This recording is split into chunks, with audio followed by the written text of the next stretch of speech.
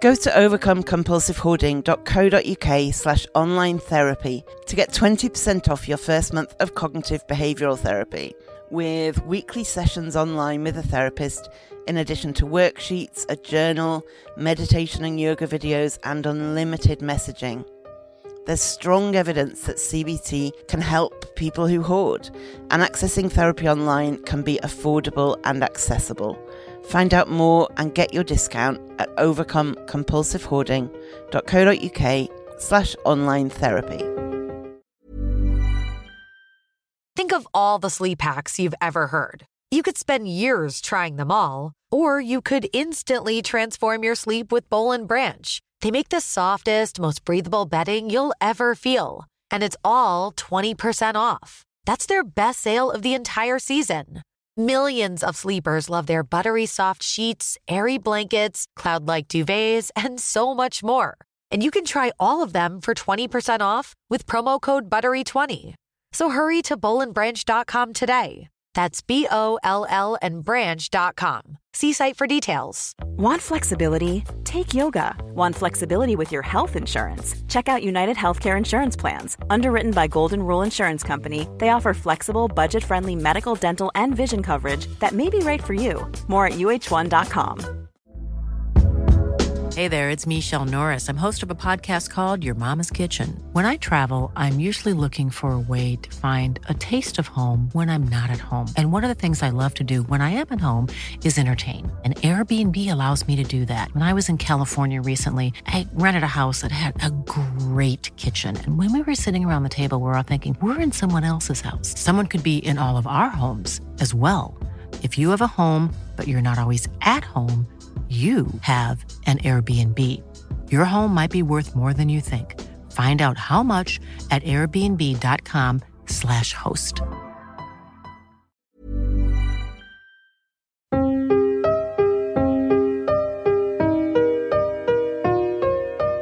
Welcome to the Overcome Compulsive Hoarding with That Hoarder podcast. I am drowning in stuff and trying to find a way out. Listen as I explore the issues and delve deep as somebody profoundly affected by hoarding disorder. Find out more, including links to subscribe to the podcast and all of my social media at overcomecompulsivehoarding.co.uk. Finally, I am not a doctor. I am just a hoarder doing her best. So do seek professional support if and when you need it. Hey, how are you? I am good. After several weeks of raining, the sun is slightly shining, so I appreciate that. So today I am talking about the really gross bits of dehoarding, the times when something spilled or something rotted or something just got icky, and how to deal with those situations. But I'm going to start with my success of the week and my weird dilemma of the week. And then I'm going to read a review. Then I'm going to talk about the gross stuff. And then there is a great top tip to finish the show with. So thank you for tuning in. Let's go.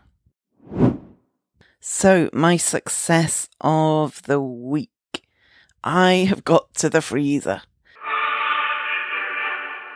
I have a fridge freezer, like the top half is a fridge, the bottom half is a freezer, and there's been boxes or stuff or nonsense on the floor in front of it for so long that I just haven't been able to use the freezer, to the point that I often tell people I don't have a freezer, or I tell people I've only got a very small freezer, when in fact it's just that I haven't been able to access the freezer. And now, after, as you know, I've been slogging away in the kitchen for 800 years, I can now open the freezer door.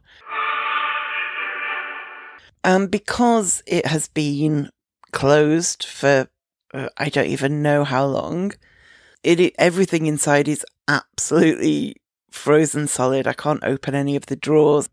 But that is just the next hurdle.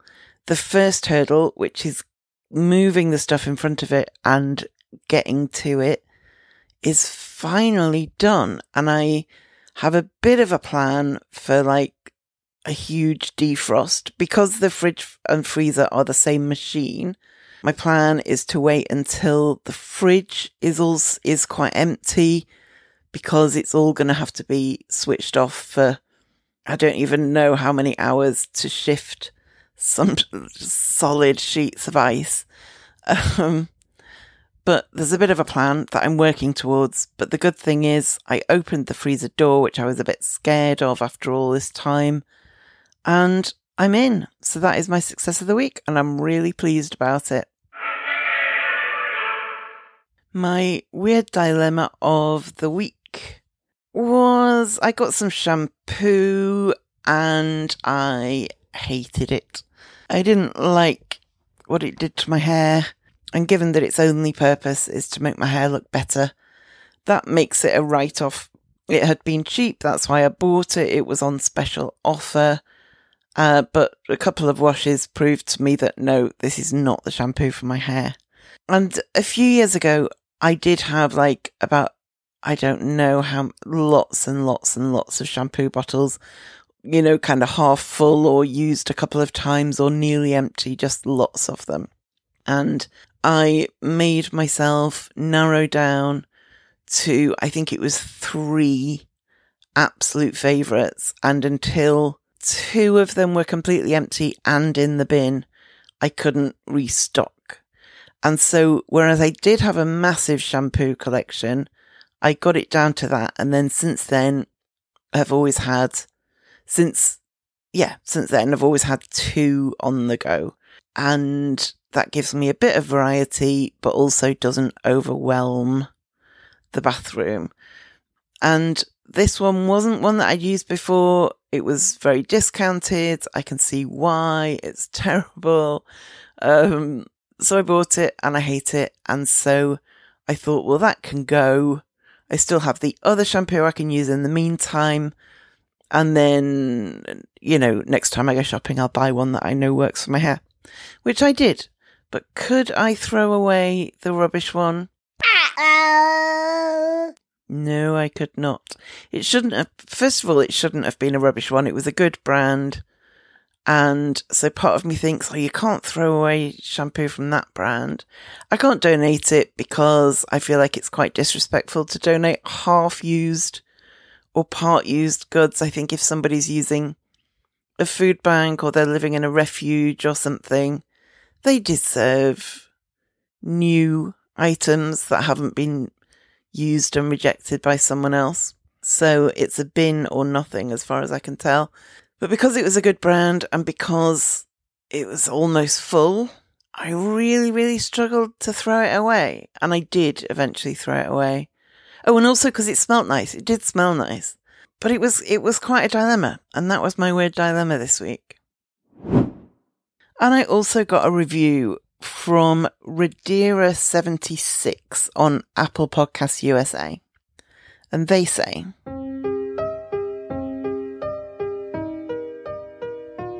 this podcast is so wonderful that it is hard to give it high enough accolades.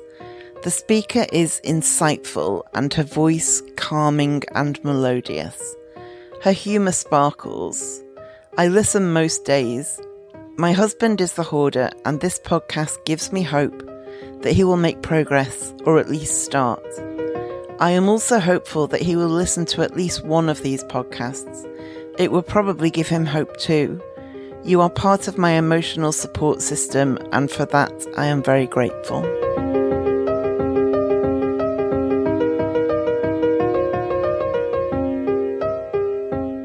Wow, that is so lovely. Thank you so much.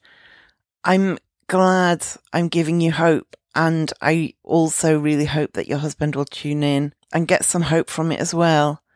And I'm so proud to be part of your emotional support system. And listeners, you are absolutely part of my emotional support system. It is a two-way street and it's much appreciated. So let's do it. Let's talk about the gross stuff. I feel like this can sometimes be the elephant in the room when we're talking about dehoarding. We talk as if it's all clean, neat piles, just too much of it. Whereas the fact is that sometimes that's not the case. There are people who hoard old food, old plant matter. There are people who hoard bodily fluids called wet hoarders. But even if it's not that, stuff gets ruined in a hoard. And if at the bottom of your pile there was something that leaked or something like that, that can leave icky stuff behind. You might have lots of mouldy plates or mugs. There might be a leak that you didn't spot because of having so much stuff. And then when you get to it, any clothes or books or anything that was where the leak is are now mouldy and damp and grim. Sometimes, for me at least, I come across something gross at the bottom of a pile and I don't even know what it originally was. I just know it's gross and I don't want to touch it. And it feels shameful to talk about, which is probably why we don't talk about it so much. But as you dehoard, that you may come across these things. It may be a daily thing. It may be a once in a while thing. But working out how to deal with those gross, icky bits is important if we're gonna keep moving forwards with this process. So the first thing, when you have something icky to deal with, is to not beat yourself up over it.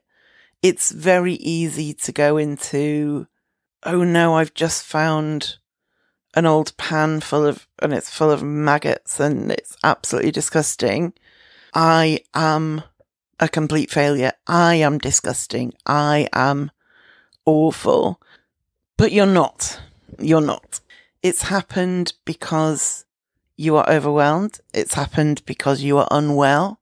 It's happened because of indecision. It's happened because of procrastination. You are not disgusting, even if there are the odd disgusting things in your home. Because the thing is, finding gross, icky things in your home is a consequence of hoarding. This has happened because you hoard. But it's not a punishment for hoarding. It's a consequence that's quite neutral, just a very literal cause and effect. I live like this, therefore this has happened. It's not, I live like this, therefore I deserve the grossness. It's just, this is the situation and this is the consequence. And if you can remove the judgment from that, that helps a lot. And it's important that you take responsibility. You're accountable for the situation while not using it as something to beat yourself up with. So take responsibility, but not blame, and use that taking of responsibility to motivate you to improve in the future. So if I give in and do a big online order and then I've got boxes and boxes to deal with, I have a rule that I have to, if I do get an online delivery, I have to deal with the packaging that day.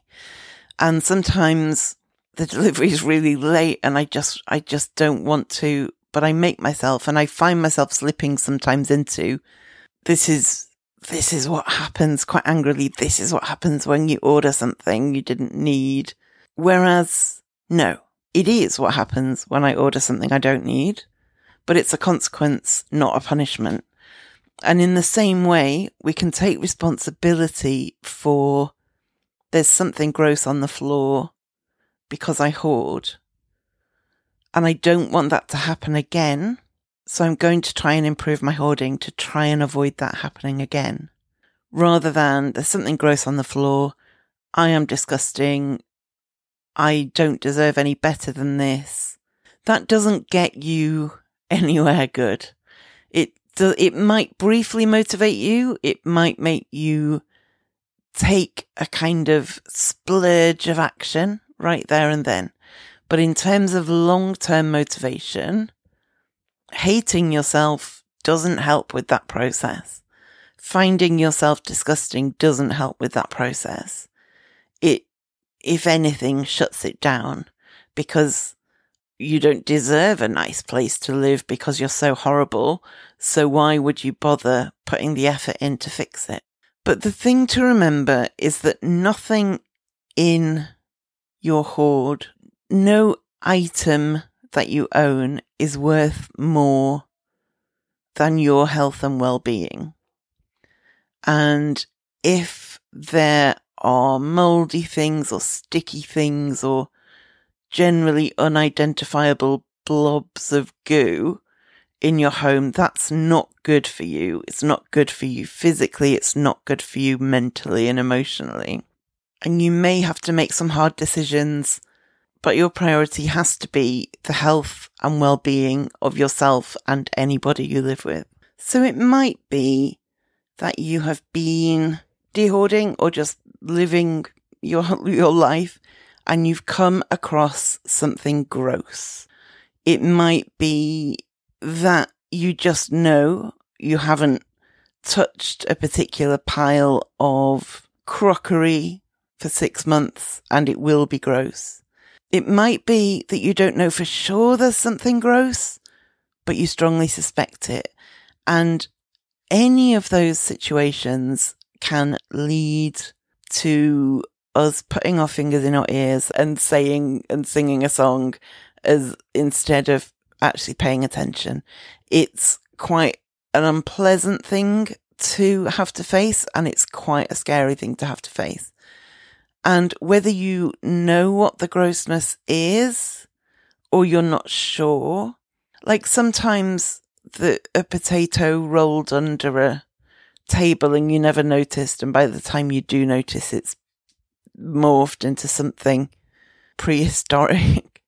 Or it might be that you've got a pile of laundry and you know there must be something in there because it smells terrible. Or it might be that you know exactly what went wrong. You had a bottle of liquid soap and the lid must have come off and the soap leaked, but that was 3 years ago, and so by now it's turned into something you really, really don't want to have to face. But work out exactly what you're dealing with to start with. That has to be the first step. Stop avoiding the situation, because it will not go away by itself.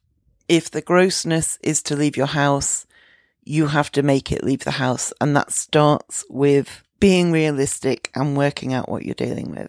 It might well be one of those things that you avoid for months or years. And then when you actually put your mind to it, it's dealt with in 20 minutes. How often does that happen? In my life, it happens a lot. Something I have avoided and avoided and avoided and avoided, and then it's done in 10 minutes when I finally put my mind to it. This might be one of those situations. And you won't know until you start, basically, but it may be less gross than you're anticipating to deal with it. So the next thing to do is work out if there's something specific that you are afraid of or that you're dreading. Maybe you're worried about infestations. Maybe you're worried that when you pick up that pan of soup that you made sometime in 2021, it'll be full of maggots. Maybe you're worried about touching whatever the gross thing is. It helps if you can identify what specifically your fear is, then you know what you're dealing with and what you're avoiding. And then you can tackle the fear element first. Like years ago, I had some kind of exposure therapy around going to the dentist. And if you'd asked me what I was afraid of before I started that, I would have just said all of it. It's all terrifying. But then the dentist, it was amazing actually. It was a special kind of trained dentist who did this work with phobic clients.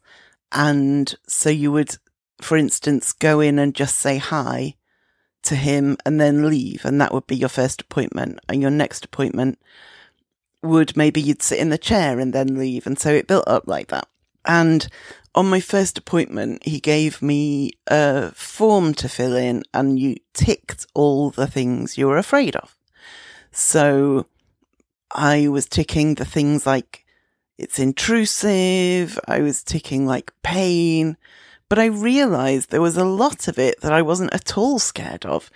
I wasn't scared of the chair. Apparently that's some people's fear. I quite like dentist chairs. I find them they're super comfortable.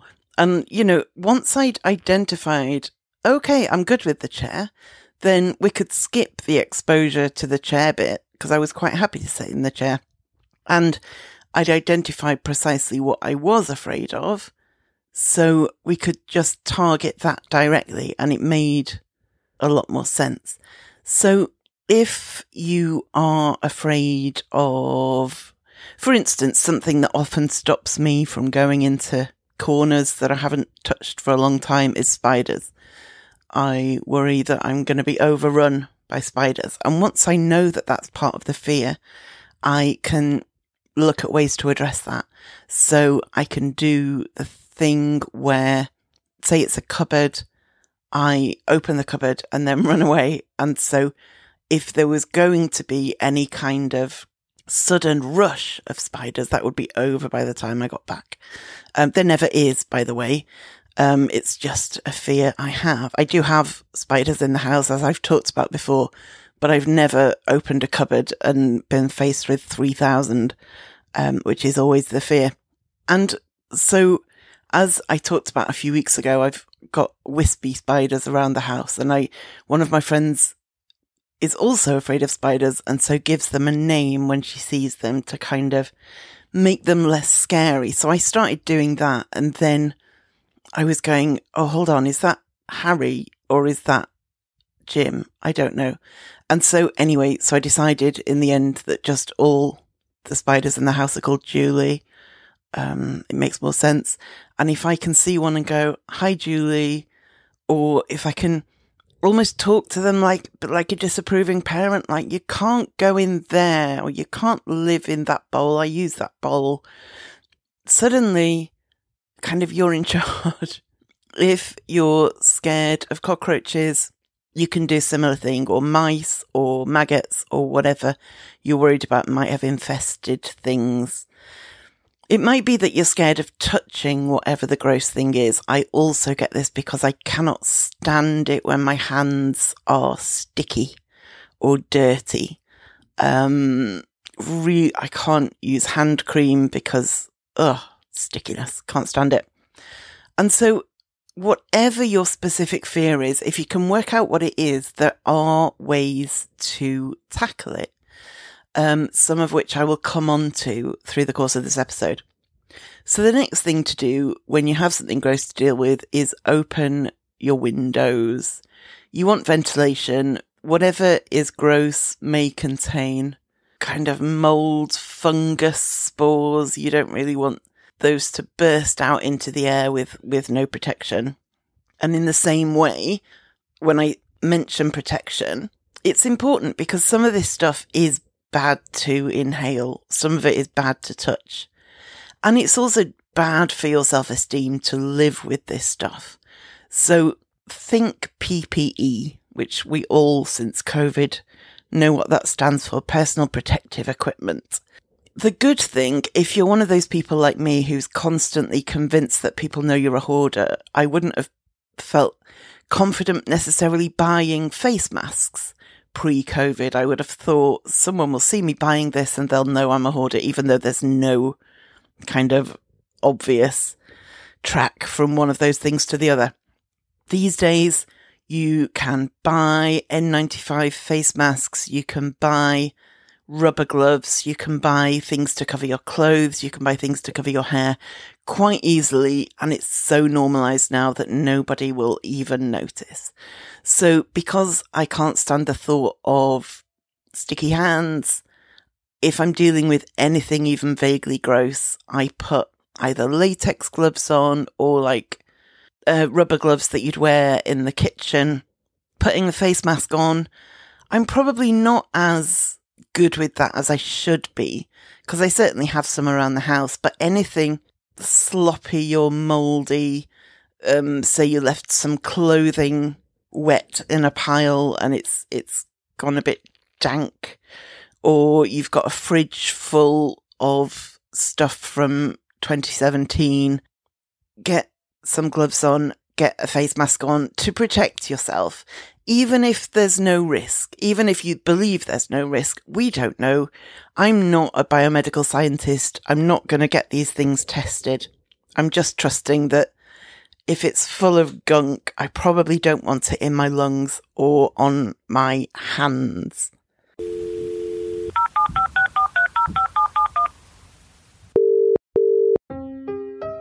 The listener voicemail segment has a monthly theme to help you think of something to say. For August, the question for you to answer is, what's tripping you up at the moment? You might be finding it impossible to deal with old photos, or you might have an overriding sense of overwhelm, or you just don't know where to start. This is your opportunity to share your barriers and obstacles with us all. Have your say with your voice. If you want to record a voice message for me to potentially play on a future podcast episode, go to overcomecompulsivehoarding.co.uk/voicemail and leave a message. The topic for August is what's tripping you up at the moment. Let us know what you're thinking at overcomecompulsivehoarding.co.uk/voicemail.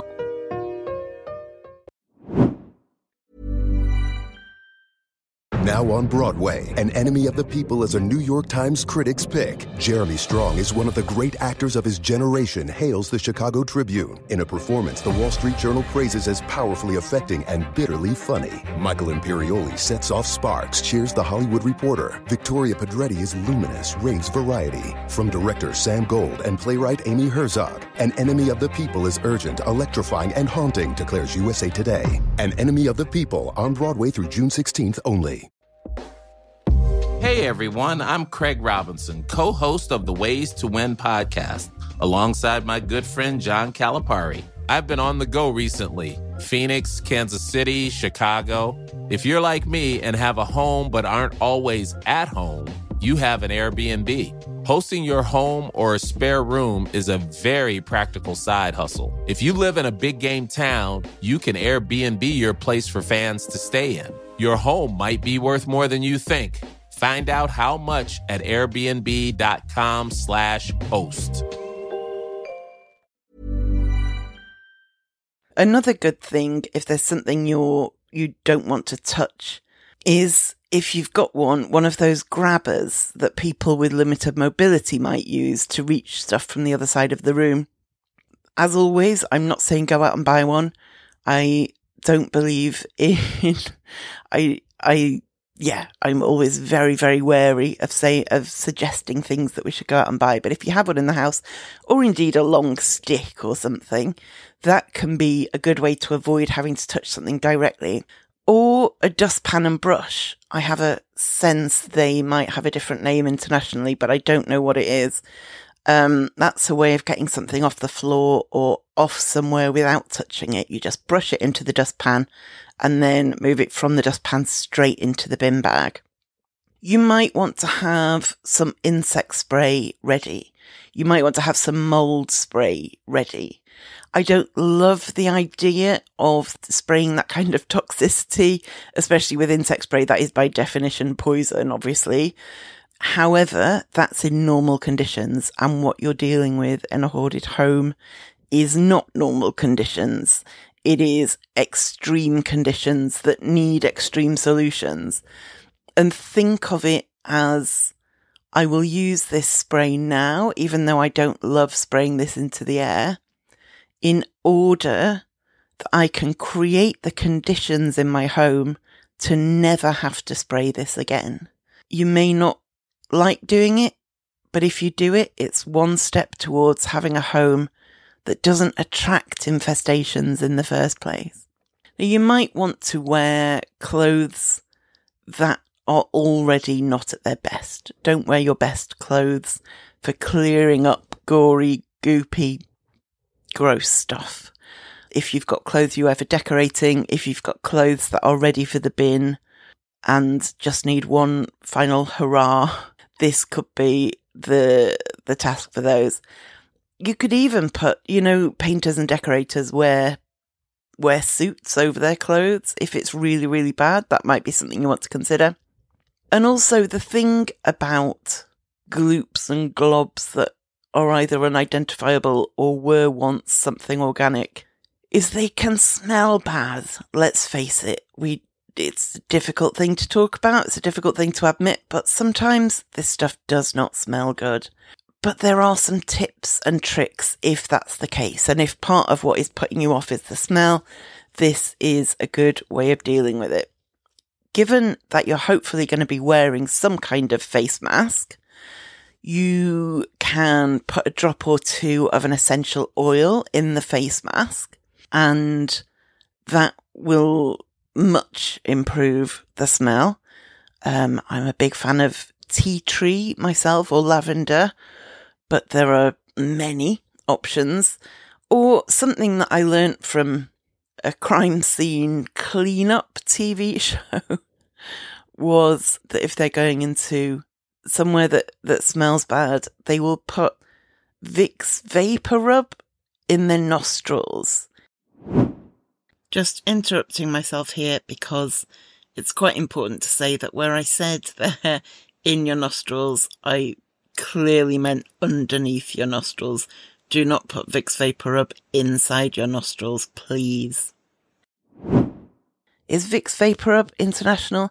It's a kind of, how do you describe it? It's a kind of gel that is, you're meant to put it on your chest when you have a cold, and it smells very strongly of menthol and eucalyptus. It's deliciously smelling, and it is strong smelling is the important thing. And so if it's really bad, put some, I would say only a small bit of Vick's VapoRub under your nostrils, because it is quite potent, or indeed smear a bit in your mask. That can really, really help. Something else that I know has been an obstacle for me in the past that sounds ridiculous. I'm about to say it out loud and it sounds a bit ridiculous, but it's been an obstacle for me, so it may have been an obstacle for you as well. Sometimes I have avoided cleaning or dealing with something icky because it would then be the end of the cleaning equipment. It's kind of so gross. If I mop that up, I wouldn't be able to use that mop for anything else. That kind of thing. And first of all, once you say it out loud, it is a bit ridiculous, but it has blocked me in the past. And so this is another occasion where there can be an argument for doing something that environmentally isn't brilliant, but is actually in pursuit of better things. And that is cleaning equipment that is designed to be disposable. It's designed to just be used once. I know you can get toilet cleaners, like toilet brushes that have a disposable bit on the end, so you clean the toilet with it and then throw away the bit that you've just used. Different kind of floor cleaning products. And as with insect sprays, it may not be how you want to live your life in general, but it will help you to get to a place where you hopefully won't need these things anymore. If you avoid it for now and as a result don't clean up the grossness is going to continue to contaminate other things around it, which will lead to more waste. And you still have it to clean up afterwards. You're still stuck with it. Now, a difficult thing, but an important thing, is that you're probably going to have to sacrifice anything that's been contaminated by whatever the grossness is. Sometimes that potato that rolled under the kitchen table that you didn't notice, and now it's sprouted and started growing amongst your newspaper stash that was also under the table, that has now inadvertently become soil for your budding potato plant. You don't want to get rid of those newspapers if you've kept them, but do. I mean, I know it's very easy for me to say that, but really consider that sometimes things can't be saved. And that's another argument for kind of recognizing without blame, this is a consequence of hoarding. I don't like this consequence of hoarding, but it's another reason why I'm going to keep working really, really hard to overcome this. But as it is, this has been contaminated by that, and it all has to go, and I'm going to be sad, but I'm also going to use it as motivation to keep doing better, keep being better. You might well want to double bag wherever you put the gross thing. The potato, the squished liquid soap bottle that's turned into its own organism, the maggoty soup. You might want to put it in a rubbish bag, tie it up, and put that inside another rubbish bag. I think there's a strong argument for doing that. It's not a waste of bags. It's a logical use of bags. And if you're using any kind of cleaning solution, because it's a good idea to, at the very least, spray some kind of antibacterial spray on the area once you've cleared the grossness. Don't mix cleaning solutions. You don't want to be making chlorine gas in your home for the sake of cleaning up the grossness. And if you've cleaned, say, grossness out of a fridge or somewhere, it might not smell good. There are sprays you can get to clean specific parts of your home. I don't know why there is fridge spray, whether that means you shouldn't use regular kitchen spray in the fridge or whether it's just a marketing thing to sell 2 products instead of 1.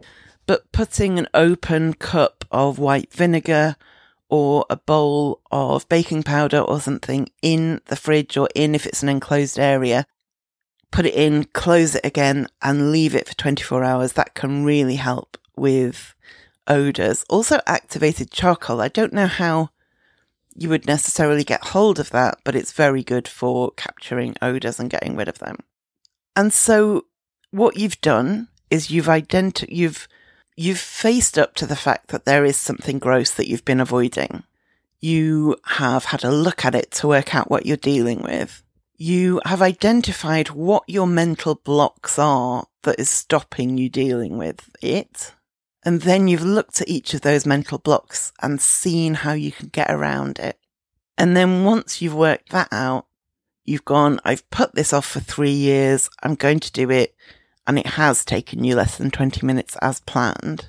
You've put the gross thing in a bag. You've tied that bag. You've put that bag in another bag multiple times if necessary. You've got it out of the house.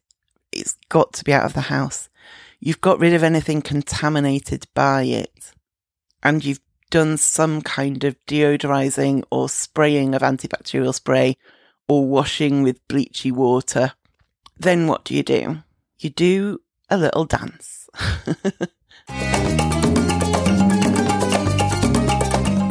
A little victory dance, a little, I've been putting that off for 6 years and I've finally done it dance. And you chalk it down to experience and you feel proud of yourself, and you also feel determined that you're going to do what you can do to avoid that situation arising again. And if you've got more bits of grossness, you deal with those next, one by one, in exactly the same way. If your whole house is sticky, gross, gloopy, icky bits, you do them one by one, and you just keep going until they're all done. And if you come across one unexpectedly, you know the score. You know how to deal with it. And your job now is to prevent new gross icks from developing. Don't buy fresh food in bulk if you can't eat it. If you've got something that might become gross, store it carefully. If you buy something regularly because you feel like you should eat it, like lettuce, but you don't eat it because lettuce is arguably the most boring food to have ever existed, stop buying it. If you've not eaten it by now, you're not going to start. There are tastier things that are just as nutritious. More so, in fact. think always about what's coming in order to help prevent new icky bits for future you to have to deal with. I make this podcast because I think it's important. I started it as an outlet for myself, but it's become much more than that. And I hear from people all the time about how listening to me talk about my experience and interview specialists and experts is helping them. Hearing those stories makes the time and cost absolutely worth it. But if you want to help to ensure that the future of the podcast is sustainable, you can donate to help with costs. To send a one-off or recurring donation, just go to overcomecompulsivehoarding.co.uk/donate. Thank you. So my top tip this week comes from the Spam Filter for Your Brain podcast, which is the most genius name. I will link to it in the show notes as always. And she's talking about the voice in our head that is constantly self-critical. Have a listen. It is just one story, and it is just one perspective. And sometimes taking a step back and just pausing and using what I like to call as a calculated use of commas. Like maybe your brain might tell you that you're a complete and utter failure, but just adding a little comma of, and what else could be true? What else could be possible? Is that always true? Is that actually factual? Any kind of thing that you can just add as a little suffix to just slide in an element of curiosity into some of these little brain demons that are out to get us can be really useful in causing a little pause. And it is in that pause of curiosity that sometimes we can crack things open enough to allow a little bit more kindness in. So have a think about how you can apply that. Okay, thank you for listening, and I will speak to you next time. Thank you for listening to the Overcome Compulsive Hoarding with That Hoarder podcast. You can find more online at overcomecompulsivehoarding.co.uk. You can find me on Twitter at That Hoarder and on Facebook at Overcome Compulsive Hoarding with That Hoarder.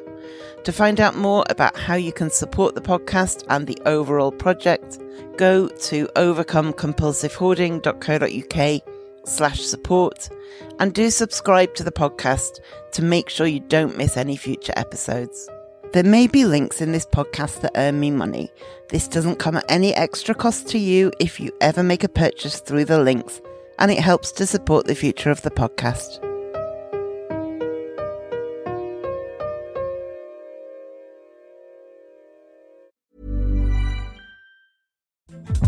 Hey everyone, Craig Robinson here. I want you to check out the Ways to Win podcast, brought to you by Ford and the new 2024 Ford F-150 truck. On Ways to Win, Coach Cal and I will discuss leadership lessons we've learned.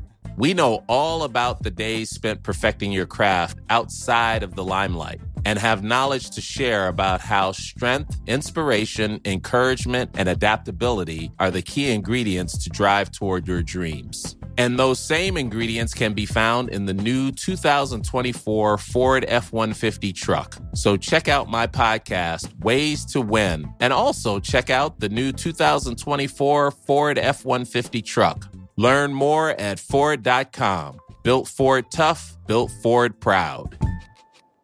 Need to stock up on any weather wardrobe staples? Check out American Giant for hoodies, jackets, sweats, and more pieces you can wear anywhere, all made right here in the USA. Go to American-Giant.com and use code ANYSTYLE24 for 20% off your order.